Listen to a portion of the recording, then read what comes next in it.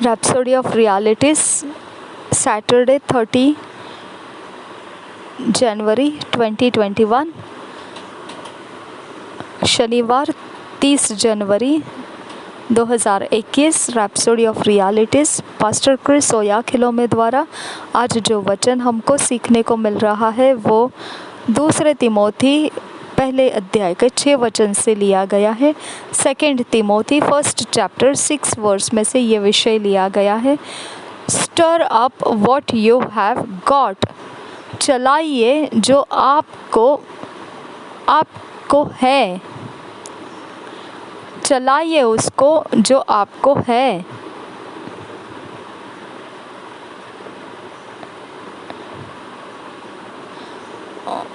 यह वचन दूसरा तिमोथी पहले अध्याय के 6 वचन में से लिया गया है।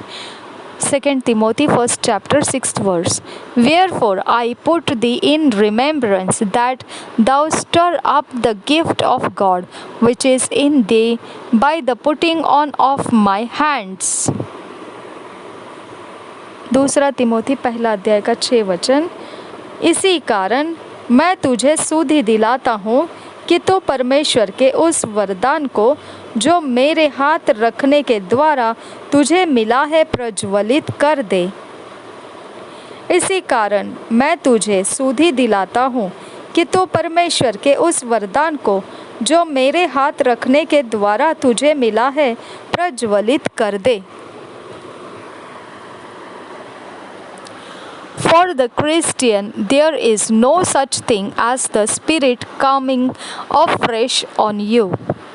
मसीह के लिए ऐसा कोई भी चीज़ नहीं है जिसमें पवित्र आत्मा एक ताज़ा होकर आपके ऊपर आ रहा है। There is no fresh anointing coming upon you from anywhere। It's not in the Bible। ऐसा पवित्र आत्मा का ताज़ा अभिषेक कहीं से भी आपके ऊपर नहीं आ रहा होता है और यह बात भी पवित्र बाइबल में भी नहीं है। Some say they want a double dose anointing। कुछ ऐसे कहते हैं कि उनको दोगुना ऐसा अभिषेक चाहिए। How can you get a double dose of something you already have in full? आपको कैसे क्या दोगुना ऐसा कुछ भी मिल पाए जब आपके पास संपूर्णता में वो मौजूद है। There is no place in the New Testament that suggests that you could have a double anointing or another anointing। ऐसा कहीं पर भी नए करार में ऐसे बात को बताया या दर्शाया नहीं गया है जो आपको यह कहने के लिए मिले कि आपको कुछ इस प्रकार से है जो दुगना अभिषेक कहा जाता है या और कोई अभिषेक। Stop praying, crying and begging for what you already have। रोक दीजिए प्रार्थनाओं को, रोने को और भीख मांगने को उन बातों के लिए जो पहले से आपके पास मौजूद है। What the New Testament teaches is that when you received the Holy Spirit, you were anointed with the full measure of God। क्या सिखाता है नया करार?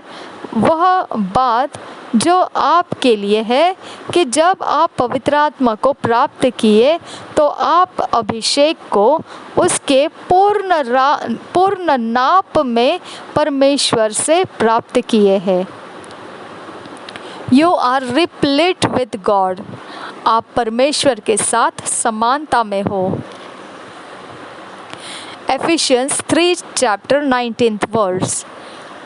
And to know the love of Christ which passeth knowledge, that ye might be filled with all the fullness of God।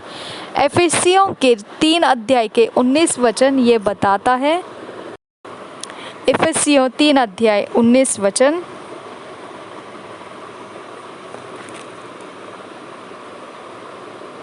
और मसीह के उस प्रेम को जान सको जो ज्ञान से परे है, कि तुम परमेश्वर की सारी भरपूरी तक परिपूर्ण हो जाओ। And to know the love of Christ which passeth knowledge, that ye might be filled with all the fullness of God. This is God's purpose. All you have to do is to stir up what you have got inside you to be filled. इफिसियों के 3 अध्याय का 19 वचन ऐसा बताया है, और मसीह के उस प्रेम को जान सको जो ज्ञान से परे है, कि तुम परमेश्वर की सारी भरपूरी तक परिपूर्ण हो जाओ। तो इस वचन के आधार से परमेश्वर का उद्देश्य जो सब कुछ आपके लिए है करने के लिए, वह यही है कि आप अपने आप को प्रज्वलित करना है, जो आपके अंदर है उसको, जिससे आप भर सको। Stir up the spirit and let that power surge through your being. और आप उस आत्मा को प्रज्वलित करना है, और वही सामर्थ को आपने उकसाना है आपके अंदर पूरी तरह से। The Bible says, and be not drunk with wine, wherein is excess, but be filled with the Spirit. Ephesians 5:18। इफिसियों की पत्री 5 अध्याय का 18 वचन इस प्रकार से बताता है,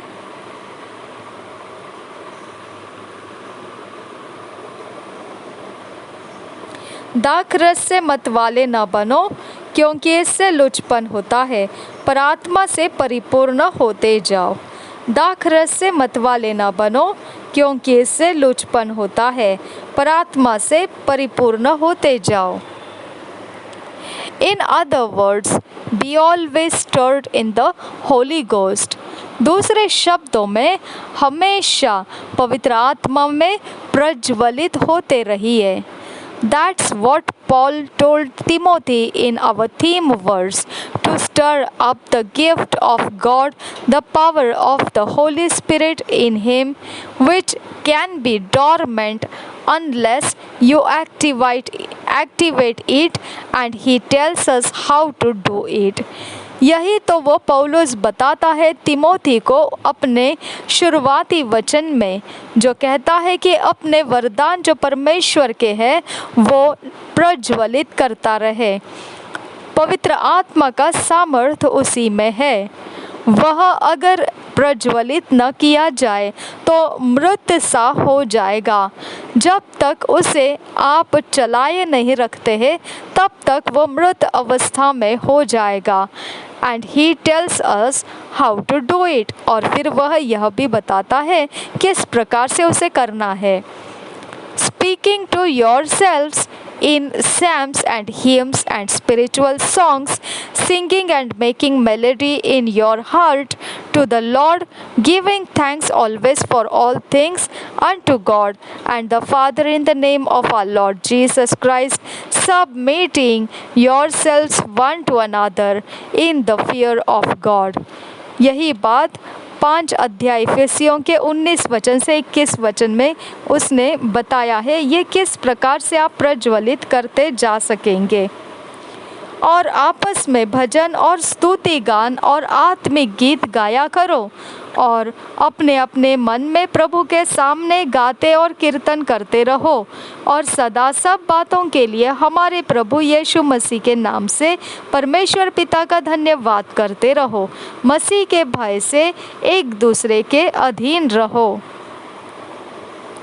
और आपस में भजन और स्तुति गान और आत्मिक गीत गाया करो, और अपने अपने मन में प्रभु के सामने गाते और कीर्तन करते रहो, और सदा सब बातों के लिए हमारे प्रभु यीशु मसीह के नाम से परमेश्वर पिता का धन्यवाद करते रहो।